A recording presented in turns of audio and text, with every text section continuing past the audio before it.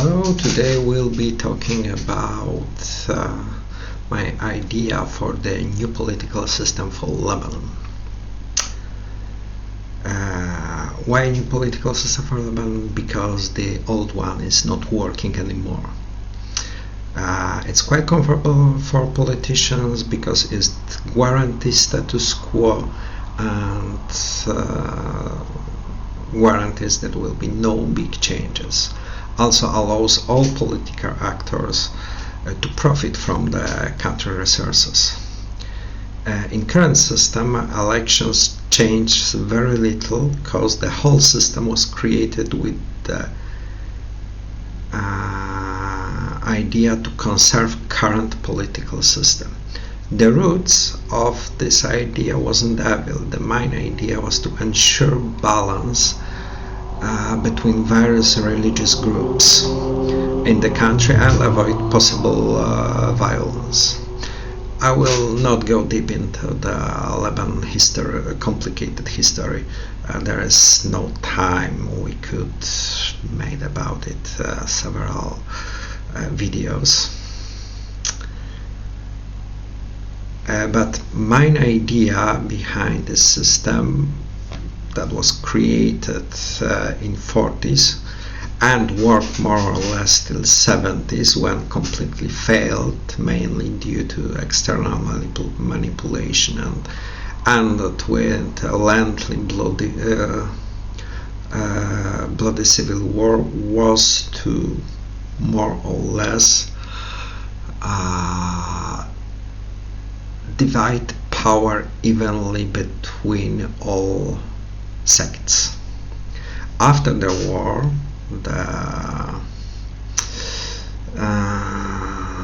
we've got the new agreement called so-called TAIF agreement.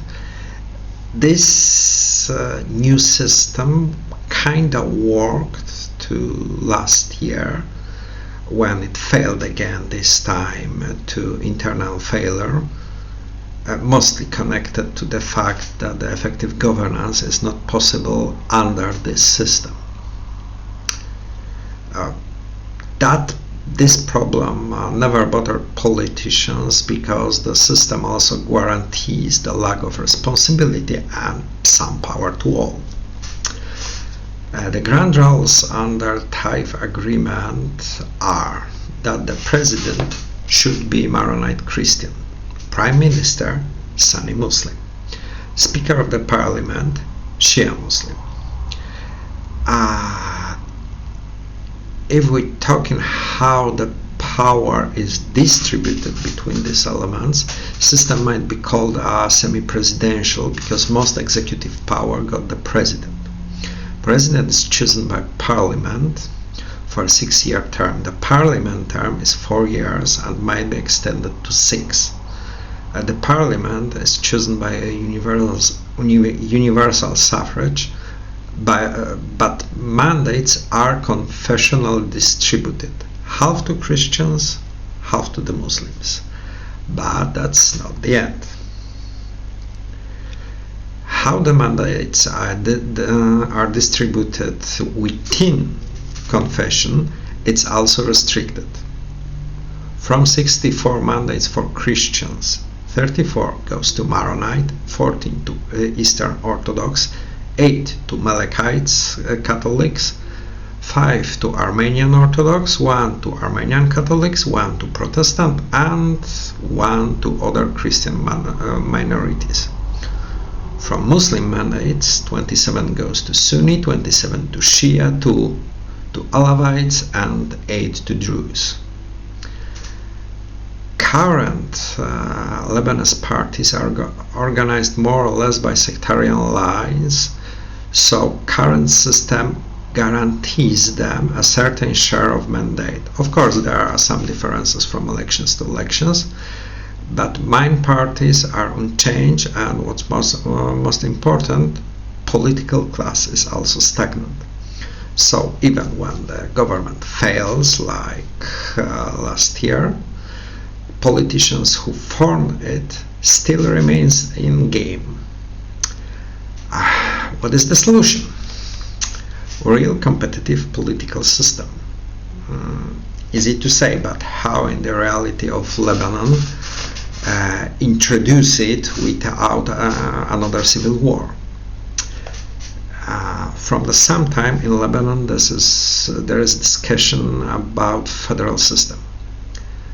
Muslim politicians prefers unitary country. Christians saying in federalism a solution of current problems, but it's not so easy. One thing that is the often used argument against federalism: Lebanon is not too small to be a federal country. Switzerland got only a couple of million citizens more, and the smallest canton got populations only little more than 26,000. So Lebanon is quite nice fit to be a federal. But the problem is somewhere else. Federal countries are made from parts that got tradition of independence, statehood, or more or less autonomy. Parts that are culturally and historically different from other. In Lebanon, the main difference is more or less religion. Of course, we might think about building traditions in the future, but now I'm afraid the federalism would be only an excuse to religious cleansing, and to be honest, you cannot start a federation when all parts of the future country treats each other as enemies. It's a short way to disintegration of the whole country. So once again, what's the solution? Federalism without federation. Yeah, it's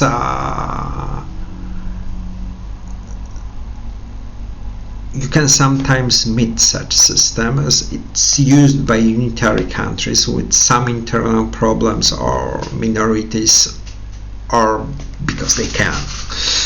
So how it would work in case of Lebanon? First, bicameral parliament. Upper chamber, let's call it Senate, would be a current Lebanese parliament with all the existing confessional distributions of mandates. It might be elected by current rules. At this point, it's not so important. So, upper chamber will be responsible for the balance, to be sure that no one of confessions got the decisive role, so decisive that they could actually harm other confessions. Lower chamber will be an actual parliament chosen in normal elections, I think proportional, without any confessional rules. I think also with high election bar. It eliminates all small parties, gives some stability with only 4 or 5 real political parties. Yes, I'm aware that in the first and probably in the second election, Muslim parties will win. It will take a time to actually create parties across the sectarian lines. If we're not changing the balance of power between the legislative and the executive, we should also change some more TAVE rules. A president should be, like it is, elected by parliament, but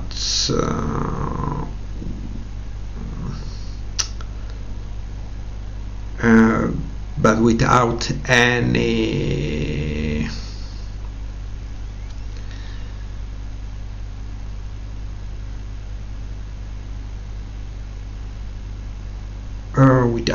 other conditions. Yeah, I lost the word.